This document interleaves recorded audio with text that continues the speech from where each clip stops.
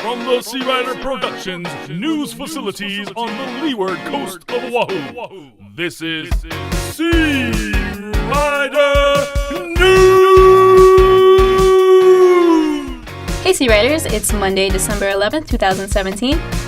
On this episode of Searider News, we'll be taking a look at two people that are committed and dedicated to the community.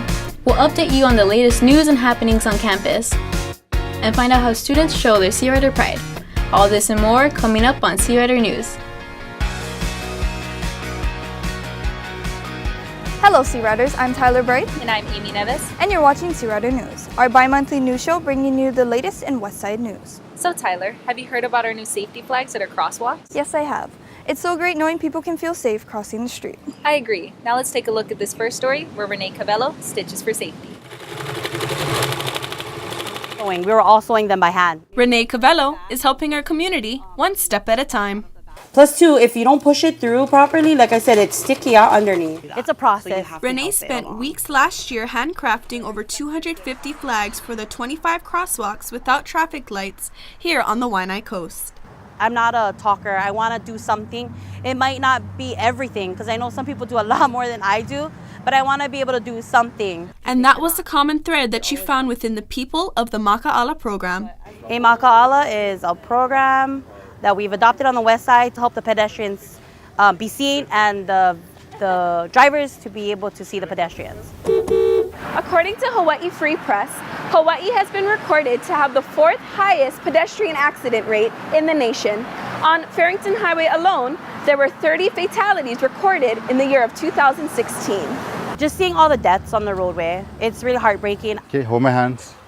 Flags have been posted at each side of the crosswalk so the pedestrian is able to be visible by drivers as they are crossing the street. There's some spots on Farrington that drivers tend to speed up that also happen to be frequented by a lot of pedestrian traffic. So I think having the flags now in place, it actually, again, makes them more visible as they cross the highway. When I first saw it, I really was surprised to it.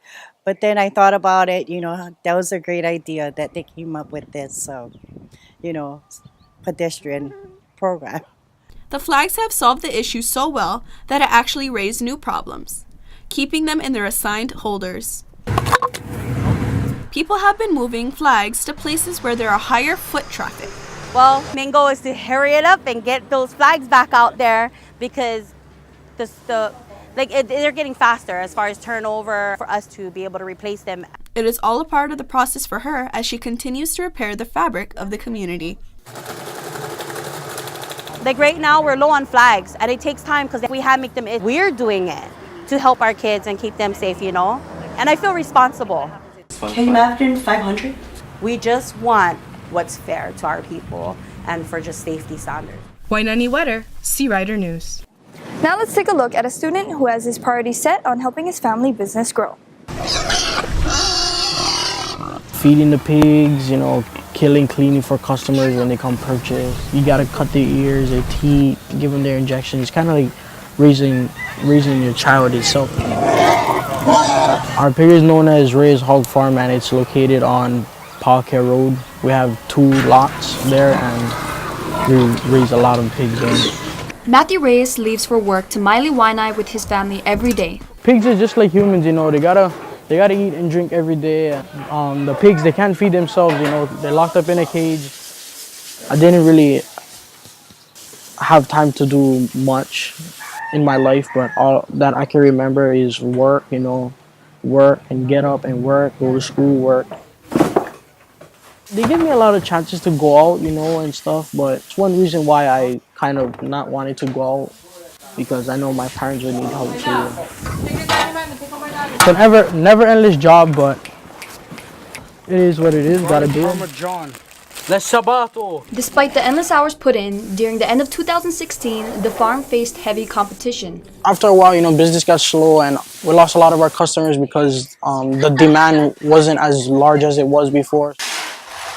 According to the 2014 data collected from the State of Hawaii Department of Agriculture, Ray's Hog Farm competes with 70 other pig farms on Oahu, a fraction of the 200 found statewide. A lot of people is getting involved and new farms are coming up, so it's it's easier to get pigs anywhere now.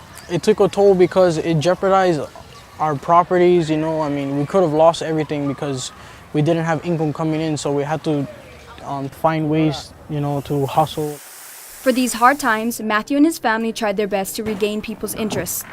How we gained a lot of customers was we dropped our prices on the pigs, you know, so like a lot of customers would come because we're a little cheaper than the other farms. So it was better that we lost a little money than lose everything, you know.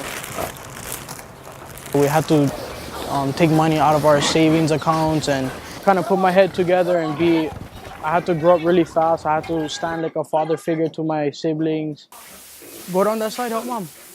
Go stand on this side. As a role model, Matthew plans on furthering his education to pave the way for the future of the farm. I am planning on going to college, maybe just for a few years, get maybe a business degree. I just want to go a little bit deeper into business for my better understanding, and also I want to take over the business because we had it for a long time. So I want to keep it in the family and continue it. It's not I have to do this.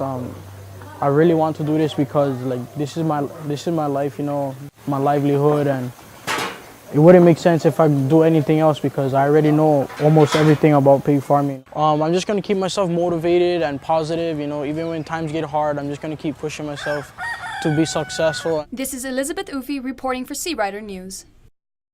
I love seeing how determined someone can be at such a young age. Same here.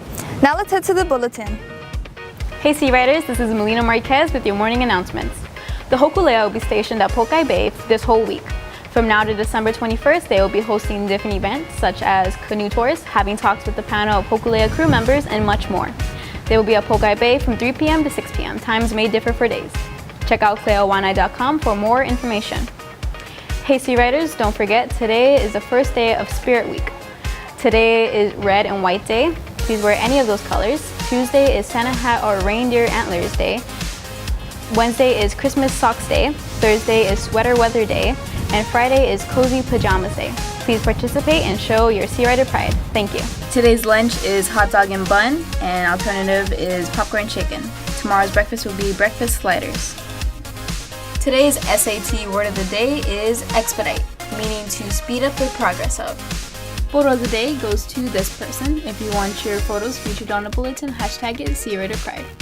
Don't forget to check us out on Kaleo Wai'anae, Facebook, Twitter, and Instagram. And here's today's quote of the day. Now let's head to Jaden for the weather report. Hey Seariders, Jaden here bringing you your daily weather report. We're expected to see clouds for the remainder of this week and even some rainfall. This week's highs at 84 degrees and lows at 65. Now let's head to commentary with Elizabeth. As the most isolated state in America, it's no question that Hawaii is perilously reliant on imported goods to maintain stability. Hawaii needs to be less reliant, and doing so would create opportunities for economic growth. Throughout the years, more and more cargo traveled to Hawaii's shore, shipping a majority of the state's food supply. According to the Senate Bill 1313, 90% of beef, 80% of milk, 67% of vegetables, and 65% of fruits found on the shelves of Hawaii stores are imported from out of state, all due to the fact that trade has thus provided consumers in Hawaii with access to cheaper foods and a greater variety of foods, as reported in the article Economic Impacts of Increasing Hawaii's Food Self-Sufficiency. Assuming that 85% of the food we consume is imported, this translates to $3.1 billion leaving our state. However, if this money were to be directed towards local agriculture businesses, it would allow them to prosper and compete with larger out-of-state companies. The Senate bill also states that replacing 10% of our current food imports with locally grown food will create a total of 2,300 jobs. When more food production is done in Hawaii, it would allow money to stay in the state, benefiting locals and local businesses. While there are a variety of local farmers and ranchers who help keep food production in Hawaii, it takes the help of consumers to focus on buying local produce so in-state agriculture businesses can prosper. As farmers and consumers with a common goal, Hawaii can move towards being less reliant on imported goods. This is Elizabeth Ufi reporting for Searider News. Now let's head to Quick Question.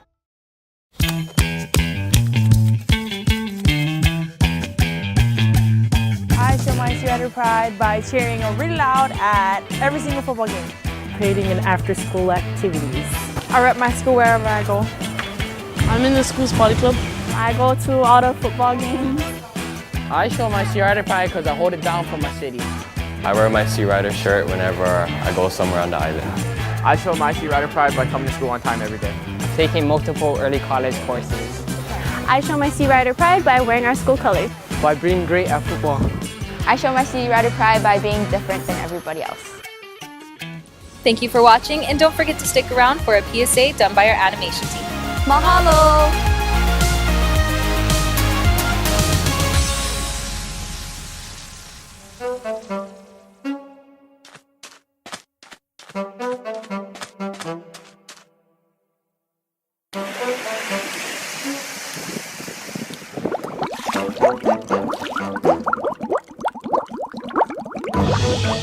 Thank you.